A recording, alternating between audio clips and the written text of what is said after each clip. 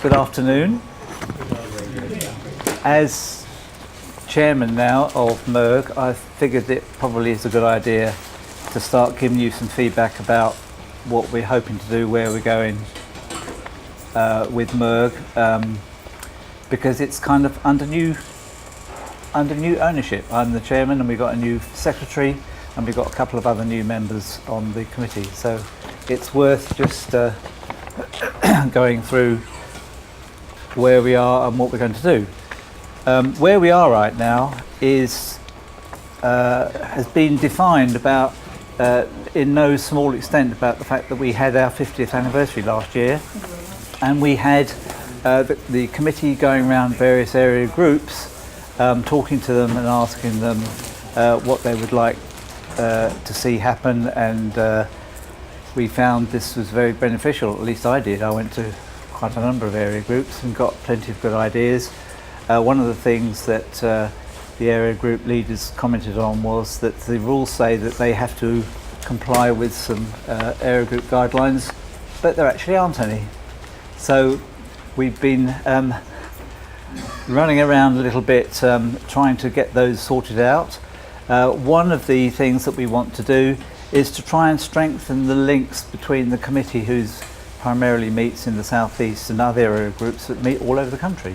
And a lot of the events that we go to are centralised down in the south. We go to Alexandra Palace, for instance, exhibitions. We go to Worley. We go to various places like Peterborough. And there's a lot of activity going on in more northern parts of the country. West of Scotland area group do a lot of visits to various places, hardly any of which we ever hear about, funnily enough. So we wanted to try and strengthen that, and one of the objectives that we've agreed in the committee is that every area group should be visited at least once a year by a committee member that's nothing to do with that area group, just to show that there is still a link going on, that we're listening to what they have to say, and we want feedback from them. Is that going to work for the London area group? No, it's not going to work for the London area group at all. So you failed already? We've failed already, yeah. The area group guidelines were just discussed in the last committee meeting, and we've got a little subgroup set up now to finish it. There have been some contentious issues about one or two things relating to non-members attending area groups, and these haven't to be taken lightly, because the committee has been elected to take care of members' interests, members who pay their subscriptions. So we're still working on that final little bit of it, but we expect the guidelines to be finalised pretty shortly. Another area that we continually know that we are very bad at is helping new people coming into MERG, knowing what to do, finding solutions for what they want to do with their model railways and the electronics. I like to call it signposting. We've got a hell of a lot of stuff out there. We've got a hell of a lot of good-looking, intelligent people doing stuff for us. But there is a gap between what they know and our ability to signpost to people how they can take advantage of that information. And we've known this has been a weakness for some time. And so we've already launched we already started the Launchpad, which has started that, and we are looking at several other areas that we can benefit. Obviously, area groups are a fundamental part of this, because they do a lot of helping new members, and they do a lot of helping members that have been around for a while who simply don't have a solution to their needs. And the problem for members is that members don't fall into convenient categories. Every member who comes in wants to do something different with their model railway. Every single member has got something that wants to do something slightly different. And this is a bit of difficulty for us to know how to broaden the range of information that we've got from something that is mind-blowing to most people to something that's understandable. And one of the things that we've just been discussing is having the possibility of case studies in the journal. The journal shouldn't be that technical. It should be more anecdotal, and it should be about what people do with MERG stuff, rather than just saying, here's a new brilliant idea, loads and loads of circuit diagrams and maybe firmware. Another thing that we're expanding on this year is in the area of publicity. You all know that we now have online presences in Facebook and Twitter. And the Facebook groups, in fact, we've got several Facebook groups, there's one in the States, and they are visited by a lot of people, and the comments come through from all over the place about what they're seeing there. We're also starting to advertise in some of the model railway press. We've got a monthly advertisement in Railway Model at the moment. We're thinking about BRM as well. And we're trying to say to people, trying to present problems that everybody encounters, like controlling a signal or running a turntable or something like that, saying, do you want to know how to do this? Join MERG, and we'll enable you to do that. And this is developing as we speak right now. The other thing that we're doing is we're attending far more small events by way of exhibitions, and we have to therefore rely a lot more on area groups to help us out with that. We used to have a big bandwagon show that travelled to all the exhibitions, set up with this wonderful Graham black stand that I'm sure most of you have seen. We don't do that so much anymore. We have smaller AG events. I was at the Expo EM down at the Bracknell Leisure Centre 2 weekends ago. It's a much smaller stand, much more intimate actually,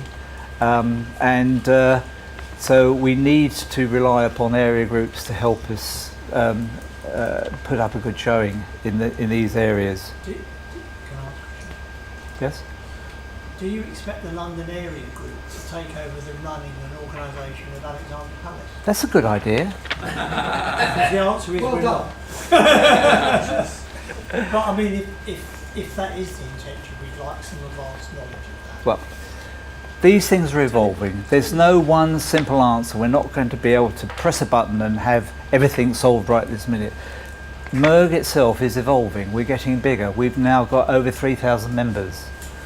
If you look at one of our main benefits of buying kits, when I first started being involved in kits, our turnover annually was £7,000 per year. This year, what is it? £90,000. And you know, we're actually struggling to try and control the money we're getting in lots of senses. Not that it's a bad thing, but we're in a very, very good position. And there's no reason why we shouldn't expand in other areas to do things and spend some of this money, particularly on things like one thing that's dear to my heart is setting up what I call a northern event, and that is that we would hold the AGM in somewhere other than London, and I think we haven't managed it for this year, but for next year we're hoping to do it up north, maybe in Thirsk, and we would like the area groups up there to join us and to set up their little display stands, to talk amongst themselves, to talk to each other, and to talk to members who might choose to travel. If that's successful, we'll do it in other areas of the country. But this is something we've never done before, and so we have to tread carefully, and we don't want to waste money doing something that's not going to be successful.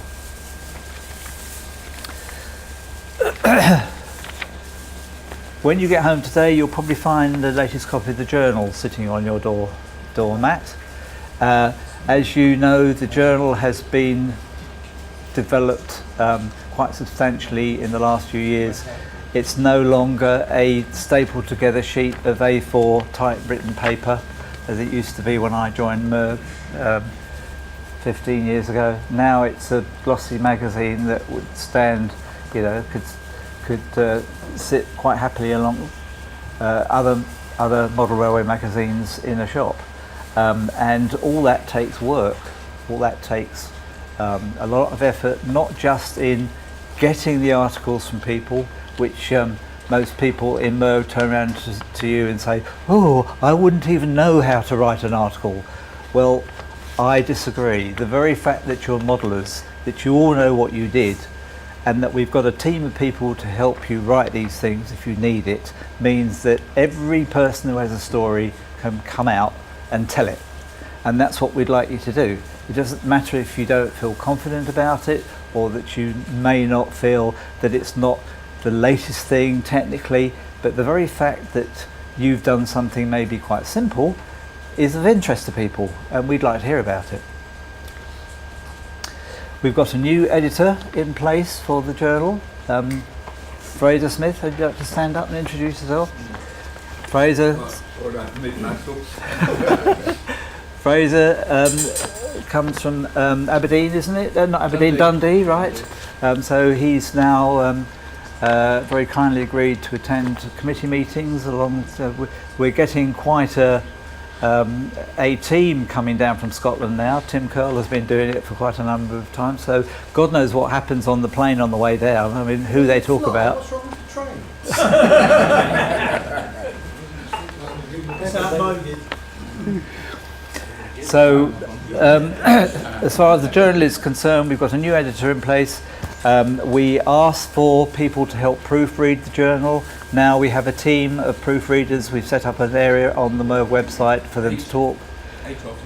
8 people very kindly agreed to sit and not only help people, but to go through proofreading articles. And so none of you have got any excuse any longer for not putting pen to paper and telling us about what you're doing.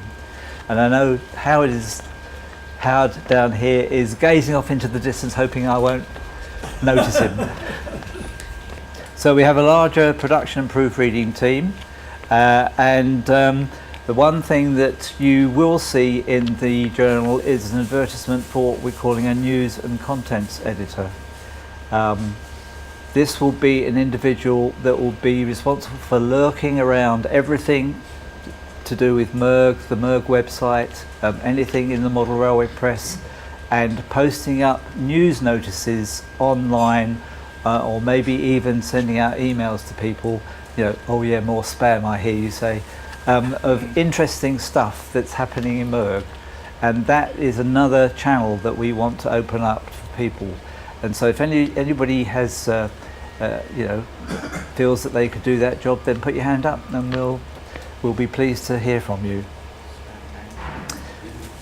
As far as our support systems are concerned, we've had to move the MERG website from one service provider to another just recently, because the previous service provider, High Hosts, moved their whole operation to new servers, which didn't support quite a lot what we wanted to do. We weren't getting PayPal notices, we weren't getting other things, so we had to move very suddenly over the Christmas period, which is why we were down for some period. When we came back, we had a new service provider who was very unequivocal about security certificates, and so therefore some people who were running Windows XP found that they had great difficulty getting online, and we apologised for that, but really it wasn't really our fault. The fact that Windows XP is not being supported for the last 4 years has been very well known, and really we were asking for trouble by perpetuating people's access, because then they never ever did anything about it. But we've hopefully covered that angle, and we're also now going to put on our flyer and the in the journal a notice about minimum systems standards that will enable you to get online onto the MERG website, which is only quite reasonable. The other thing that's happening is the use of the forum is steadily increasing. 60, I think it's 60% of members actually buy kits, for instance. I forget what the figure was for the numbers of people who actually posted, but a little over half the people never ever post on the forum, which is quite surprising. Sorry? They don't read their emails. Don't read their emails, and we need to encourage them. We need more members. We need more members to put their hands up in the community. The other thing we'd like to consider is having what we call a virtual area group, where people can go into a chat room and start talking about things online. And that's something else that we're thinking about to try and develop in the forthcoming year. The other thing that's happening this year is that we have a beta system already running for an online voting system for the AGM, which is actually in place now. There's work being going on to do that, and so that should be up and running for the next AGM, and it's quite successful, and we owe a vote of thanks to Martin Seban, our IT manager, who's done a very great deal of hard work in that respect. The other thing that's hot at the moment is GDPR. Anybody who hasn't seen what's happening about data protection needs to have been completely asleep in the past year or so. We now have a privacy notice online. You'll note if you log on. We still have to finalise the impact statement, but everything about GDPR has been more or less covered by a subgroup that's been running in the committee. So we think we're there with it. Luckily enough, as an organisation, we're not badly off. We don't carry a lot of personal data apart from names and addresses names and addresses of people. There are a few people that make kits for us. We've got to be a bit more careful because we have bank account details for them. But those are the kind of things that we are focusing on and that we're covering. The other thing that we're doing is trying to disseminate Judy's work in encouraging other people to step up to help the process of selling kits. We think we might have a volunteer to help sell 3D kits. I would also like to see all the Pocket Money Project kits hived off to a person other than Judy, because as you know, the amount of work that she does is outstanding, and it's, you know, the sense of dismay that went up when her internet service went offline this last week was palpable. You could almost hear it echoing down the streets. So the other thing that we're not doing any longer, because you can do it in many other ways, is we're not selling components any longer. If you want the odd little diode, if you want the odd transistor, there are plenty of places you can go and get it these days on eBay. It doesn't make sense for Judy and anybody else to have to spend a lot of time administering, buying the stuff in and selling it all. So because you can go on places like eBay and if you want any other guidance about where to get these things, you've only got to ask.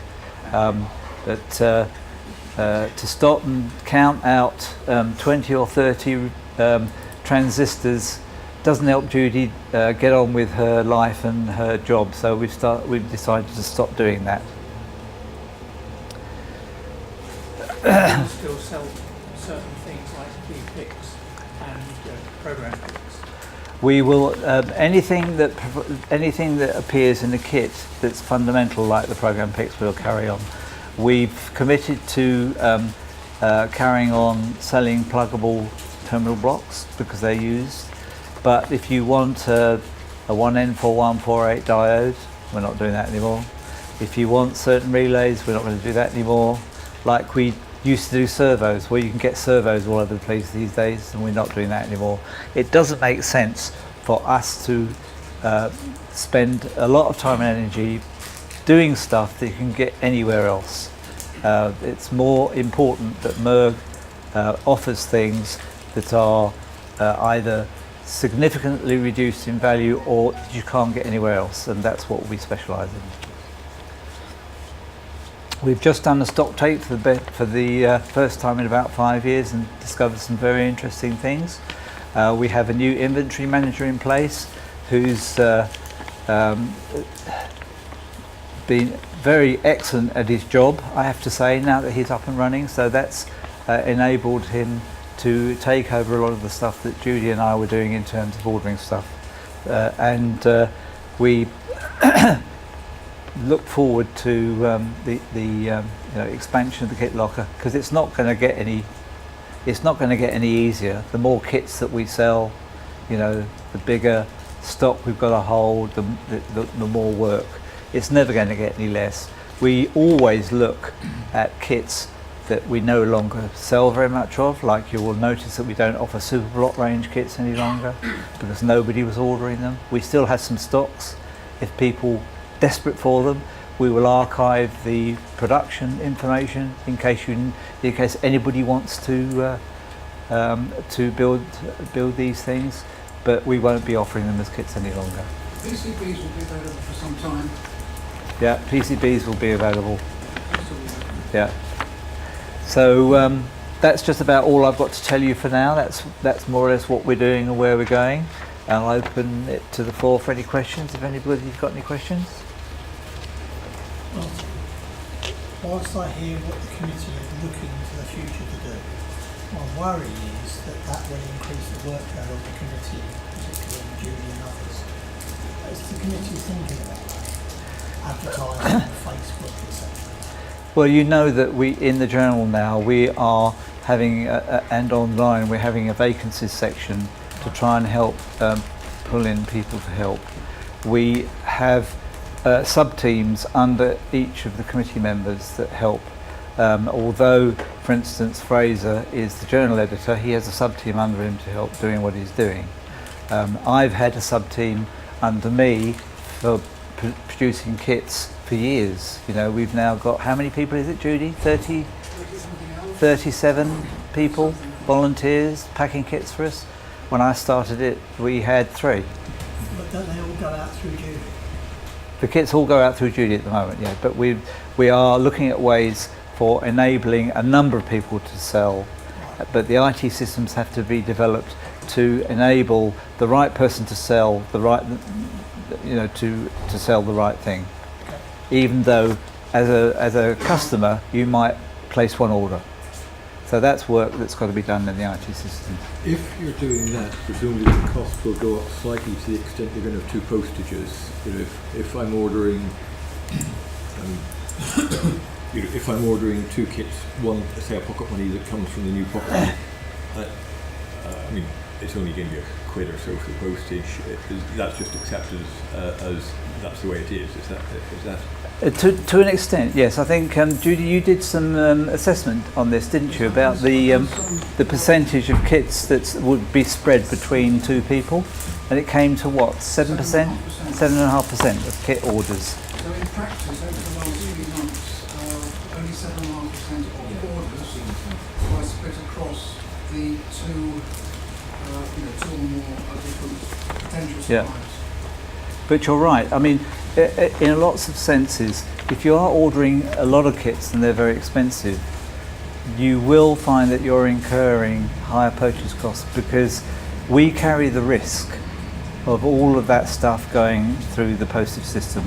And in this last year, we've had a lot of stuff going astray.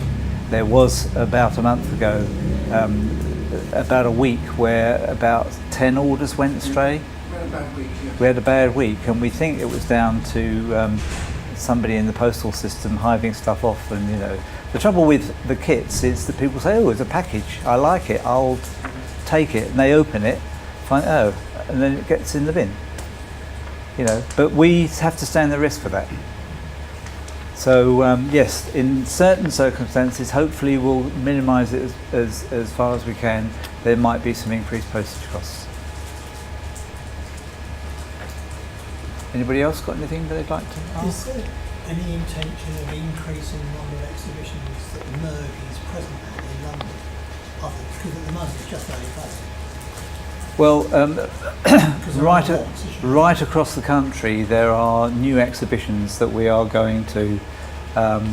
Nigel's not here; he's had to leave, but he can comment on that. We've had a discussion on committee about the need to change the way we're managing all of this. The exhibition manager doesn't necessarily need to be at every one. He becomes a manager of who's doing what. So the area groups and other people that are willing to do that have to form a team and come and identify themselves as being willing to do that. And so that takes management, because it may not be the same every year, you know, it may be different, but wherever we can, we will be attending an exhibition. And are all the exhibitions when MERG is present entered into the diary? They should be, I think. There's a, Regretfully not, because it's up to the area groups to do that, and a lot of them either don't know they can, or just don't do it. yeah.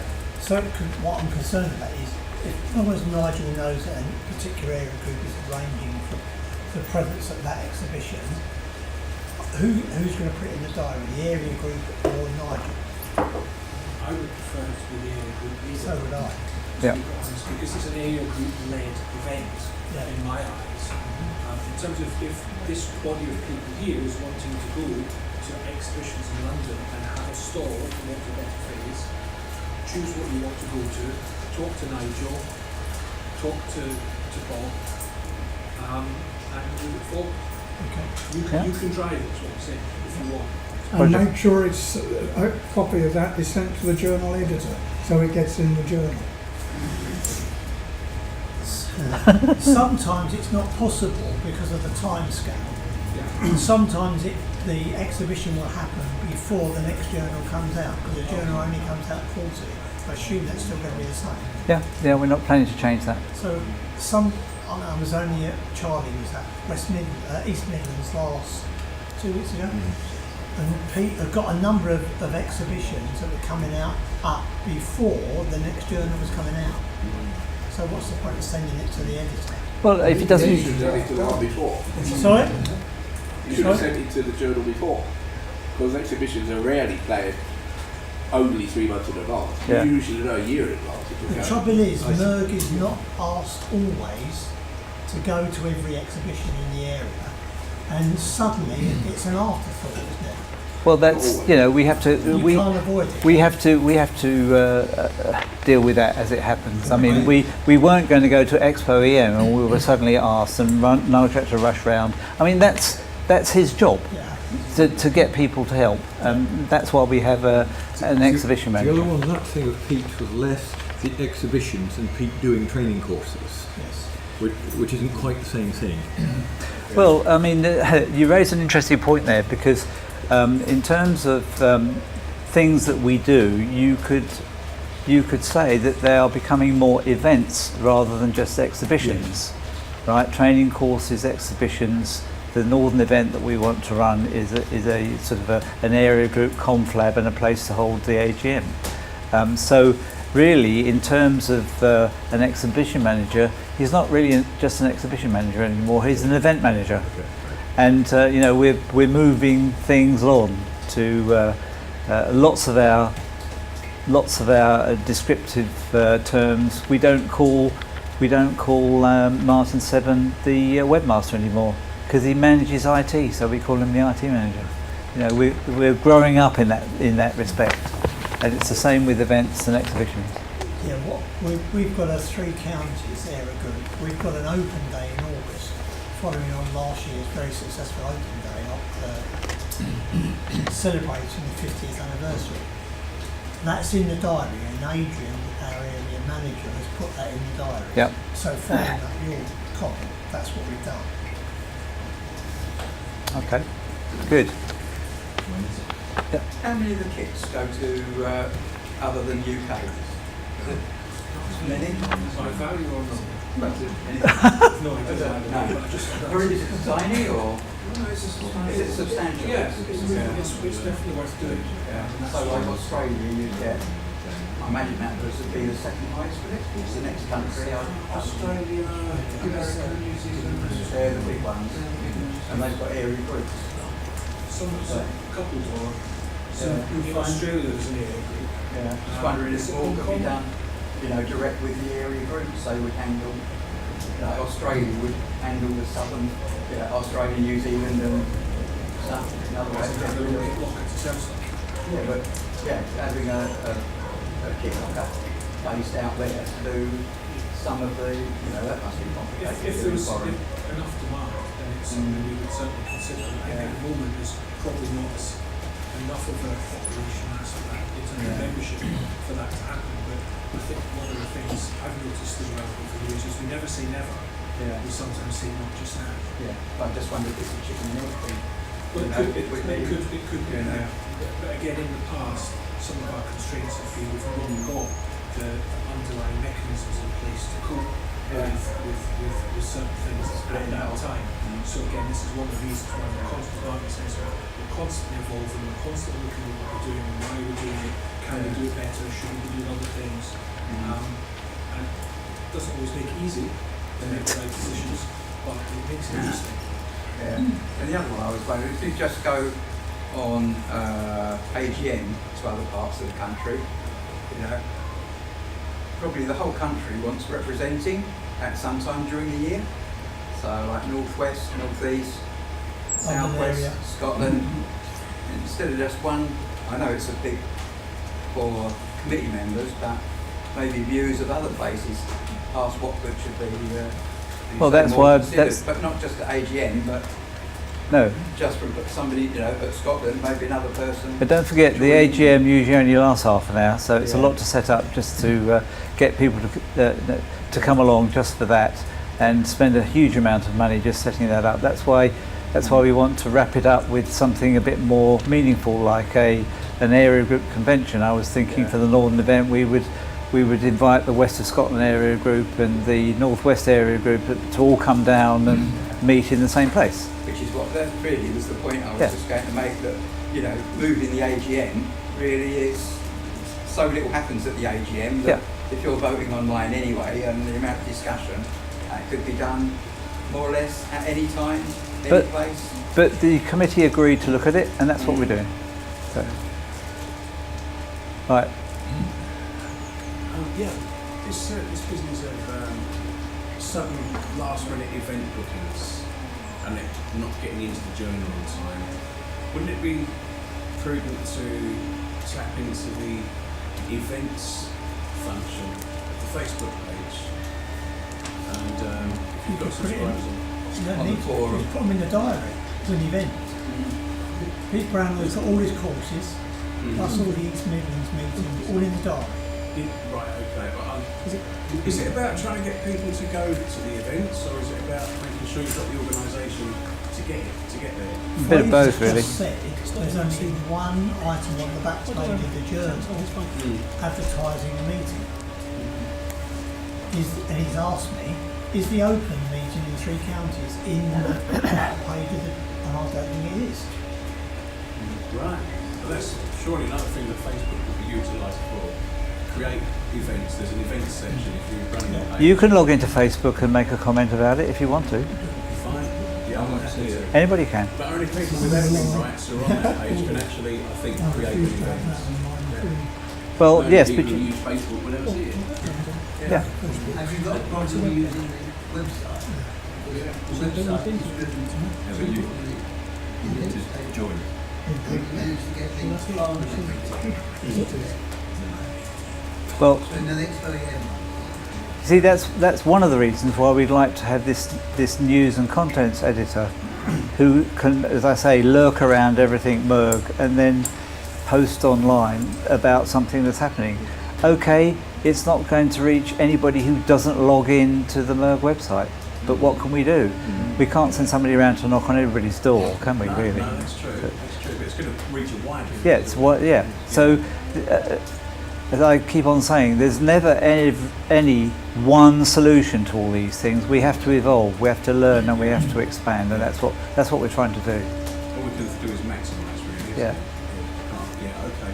Thank you. For putting information about area groups in particular onto the website, I know that we, with West Midlands, have struggled to get in to be able to put those, to put our area group information in. Right.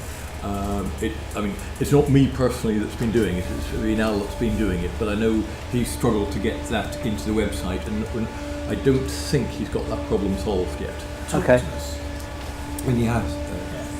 Okay, well, it's obviously something we need to resolve. But Because, as I say, it's not mine, I'm not able to say exactly what the problem oh, is. okay, well, let him drop us an email then, to tell him if he has a problem, he's only got to ask. Yes. And I we'll mean, try and resolve Martin it. is the person to contact. Who is, sorry? Martin Seborn is the. Yeah, he's the IT manager. Yes. IT manager. His email is still webmaster. Yeah, well, we'll have to change that. I have to say that Martin Severin has been fantastic. Bob was really helpful in saying, well, all you've got to do now, and I think said, all you've got to do is go into this, and because I haven't got access, then Martin set it all up, it was fine. It's all very straightforward. I'll get back to Alan. Okay. I think we're probably done now. Has anybody else got anything else? No. Thank you very much.